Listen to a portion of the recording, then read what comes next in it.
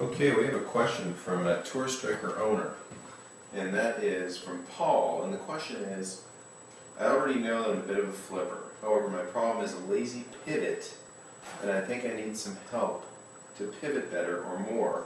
The other thing is when I strike down on the ball, I usually use my right arm and shoulder and come over the top, which is really ugly. Well, let's discuss that. I mean, a lazy pivot.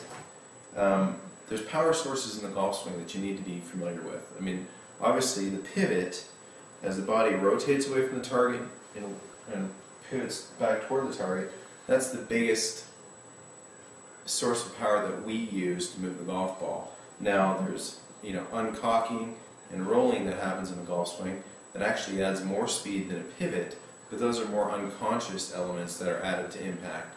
Now, little things to talk about the pivot that you've probably already heard, and maybe I'll say something a little different, maybe not.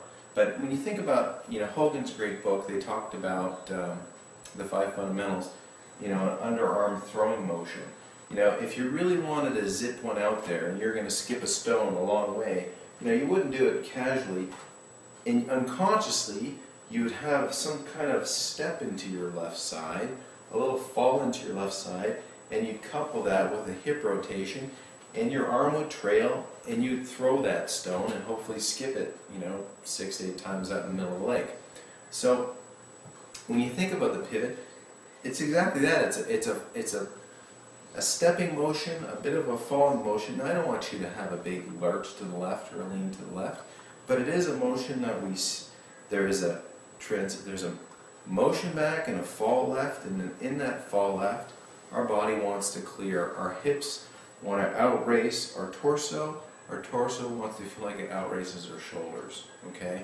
So when you make a pivot that has a good aggression toward the target really has a bit of a fall at first, then that fall helps the momentum the rest of the swing. The second part of your question was, when I try to hit down, I come over the top. Well, that's probably a perception you have, and it's probably something, and if you hit big poles when you try to hit down, then chances are, holding a Tour Striker right here, that club face is just hitting the outside of the golf ball and it's closed, okay? So you really have to pay attention to your impact alignments. Like if you've watched any of these videos before, then you'll notice that, there's a dress condition and an impact alignment. And that impact alignment, that shaft's just up the left arm. Okay? So, there's ways of getting this started.